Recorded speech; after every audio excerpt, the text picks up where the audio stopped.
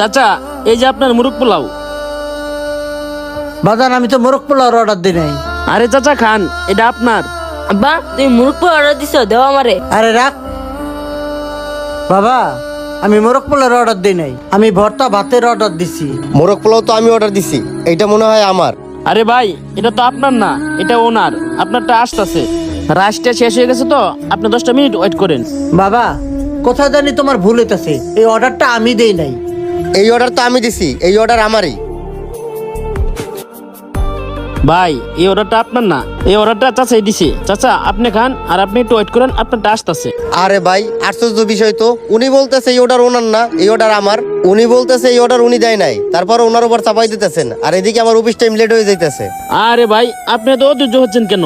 আপনি একটা অর্ডার দিছেন, আপনারটা আসতেছে, আপনি একটু অপেক্ষা করেন। আরে ভাই, আমি তো টাকা দিয়ে খামু, এমন তো না আমি মাগনা খাইতেছি। আব্বা তুমি মনে হয় ভুল করে অর্ডার দিছো, তোমার মনে নাই। এই তোর আমি খাইতে কছি? এই আমি তোরে না করলাম না, এই অর্ডারটা আমি দেই নাই। আমার কাছে 50 টাকা আছে, 50 টাকা দিয়ে কি মোরগ পোলাও পাওয়া যায়? এই তোরে কি আমি এই শিক্ষা দিছি? বাবা, আমার কাছে আছেই মাত্র 50 টাকা। বাবা তুই কান্দিস না, আমার কাছে যখন টাকা হইব তখন তোরে আমি মোরগ পোলাও খাওয়াবো। বাবা, এই অর্ডারটা আমি দিই নাই, অর্ডারটা তুমি দিছো, তুমিই খাও। আরে কাকা, আপনারা কি একটা নাটক শুরু করছেন? দেন আমারে, আমি খাই। আরে ভাই রাখেন, ব্যাপারটা বুঝতেছেন না। চাচা, এই মুরগ পোলাওটা আপনারই, আপনি খান। আজকে আমাদের মক্কা কাচ্চি হাউসে একটা অফার আছে। আমাদের মালিক বলছে মুরগ পোলাওর ভিতরে আজকে টাকা দেওয়া হবে, আর এই টাকাটা যে কেউ পাইতে পারে। এই মুরগ পোলাওর ভিতরে যদি আপনার কোমর ভালো থাকে, এই টাকাটা আপনিও পাইতে পারেন। যদি টাকা পান তাহলে বিলটা তো এখান থেকে দিতে পারবেন, আপনি তো দিতেই হবো না। চাচা আপনি খান। কি বলতেছো বাবা, তাই নাকি? বাবা আজকে তোরে খাওয়া দে, ল।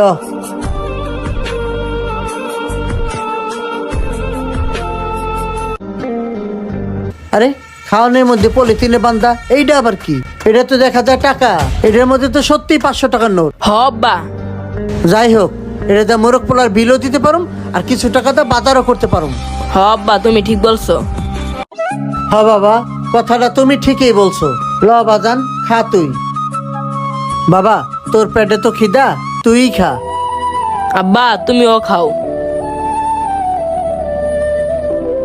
আরে ওরা তো সত্যি সত্যি মোরগ পোলাওর ভিতরে টাকা পাইছে, বিষয়টা কি? আজকে অনেক দিন পর মুরগির রোস্ট খাইতাছি, পেটটা বইরা খামু। আব্বা অনেক মজা না? হ্যাঁ বাবা, অনেক মজা। খাও, তুমি খাও, পেটটা বইরা খাও। মুরগির রোস্টটা খায়া কি যে শান্তি লাগতাছে, বুঝানোর মতো কোনো ভাষা নাই। ভাই আপনি একটু এদিকে আসেন তো।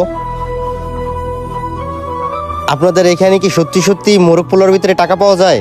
না ভাই, অফারটা শুধু ওদের জন্য। এই বুদ্ধিটা কেন করছি আপনি শুনেন। আব্বা হাঁটতে হাঁটতে পা ব্যথা হয়ে গেছে, আমার অনেক খিদা লাগছে।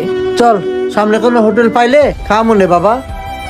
আব্বা ওই যে দেখো মুরগ পোলাওর ঘর, আয় মুরগ পোলাও খামু। আরে না, এখন না বাবা।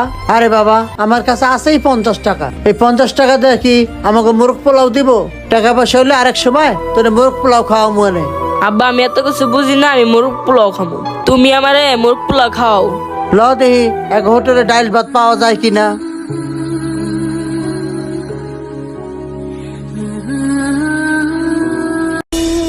ভাই সবই তো শুনলেন, ওদের কাছে খাওয়ার মতো কোনো টাকা ছিল না। ভাই, আল্লাহ তাআলা ভালোবাসা পাইতে গেলে আগে মানুষকে ভালোবাসতে হয়। অসহায় মানুষকে খাওয়াইলে আমার কাছে অনেক ভালো লাগে। আরেকটা কথা কি জানেন ভাই, মানুষকে খাওয়াইলে কখনোই কমে না, আরো ব্যবসায় আয় উন্নতি বাড়ে। আর শুনেন, রিজিকের মালিক আল্লাহ, আর ক্ষুধার্ত ব্যক্তির খাওয়াইলে আল্লাহ পছন্দ করে। আর দেখছেন অসহায় ব্যক্তির খাবার দিছি, ওরা কত খুশি হয়েছে। আচ্ছা ভাই, আপনার মুরগ পোলাও রেডি হয়ে গেছে, এনে দিব? না ভাই, আমি আর এখন খাবো না। ব্যাপারটা শুনে আমারই পেট ভরে গেছে ভাই। আপনার বিষয়টা আমার অনেক অনেক ভালো লাগছে। ধন্যবাদ ভাই। যেহেতু আপনি বিষয়টা বুঝতে পারছেন, সবসময় মানুষের পাশে দাঁড়ানোর চেষ্টা করবেন, তখন আপনার নিজের কাছেও ভালো লাগবে। আর একটা কথা কি জানেন ভাই, এই দুনিয়ার গরিব মানুষের কষ্ট কেউ বুঝে না। ঠিক আছে ভাই, তাহলে ভালো থাকবেন, আমি গেলাম। আমরা যদি সকলেই অসহায় মানুষের পাশে দাঁড়াই, তাহলে অন্তত একবেলা হলেও ওরা ভালো মন্দ খাইতে পারে। সম্পূর্ণ ভিডিওটি দেখার জন্য আপনাদেরকে অসংখ্য ধন্যবাদ।